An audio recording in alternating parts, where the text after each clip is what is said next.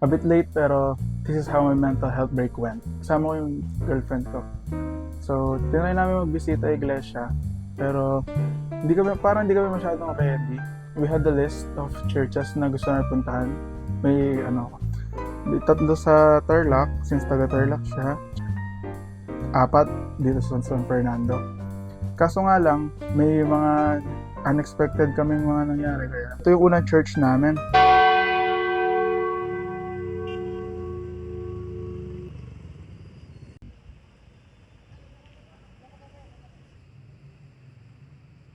Ito yung napili namin kasi matagal na namin gustong puntahan to. Ngayon sa pangalawa,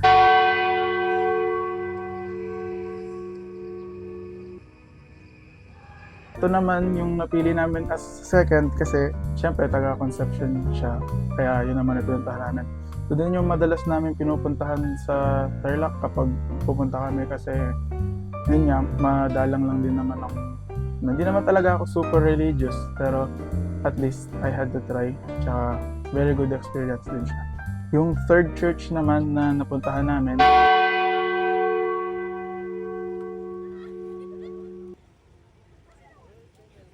naman yung napili namin kasi kapag nandito kami sa Pampanga, matagal na namin gustong puntahan to. Kaso nga lang naisip namin medyo matao, ganun. So, I think this was the right time para mapuntahan namin.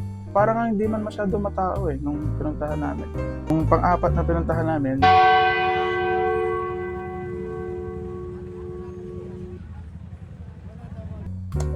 ito yung pinuntahan namin na pang-apat kasi para sa akin, isa to sa mga pinakamalapit na church sa akin. Kasi maraming time na rin akong nag-aral sa Angeles, halos half of my academic years.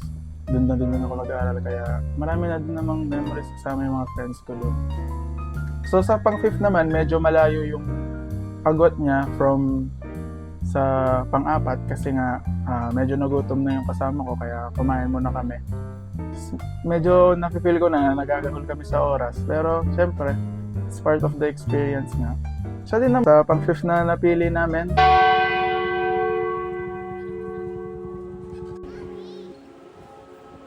Ito medyo out of the radar namin siya. Pero alam ko iconic siya kasi nga isa siya sa mga churches na naapektuhan ng lahar, yung nung pumutok yung mga pinatubo. Halos kalahati niya yung nalubog sa lahar, tas yung top of the cathedral na lang yung natira. Sa pang-6 naman,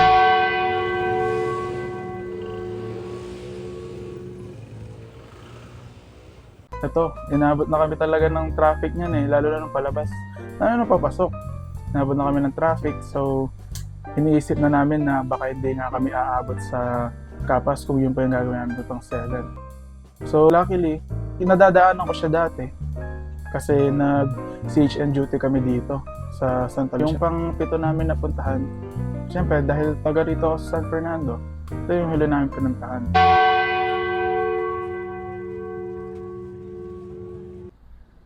Good experience. Ulitin pa namin kahit may mga times na nananahimik kami sa biyahe kasi medyo napapansin nga namin na nagagawal sa oras. Pero kaya naman ako na I got to do it with her. After nun, babalik na sa klase. Actually, ngayon April 26, which is tapos na yung first week ng finals namin. Kaya, ayun, dahil finals na, hopefully makapag-film pa rin ako kahit na namin na kaming ginagawa and naghahabol na sa mga duties.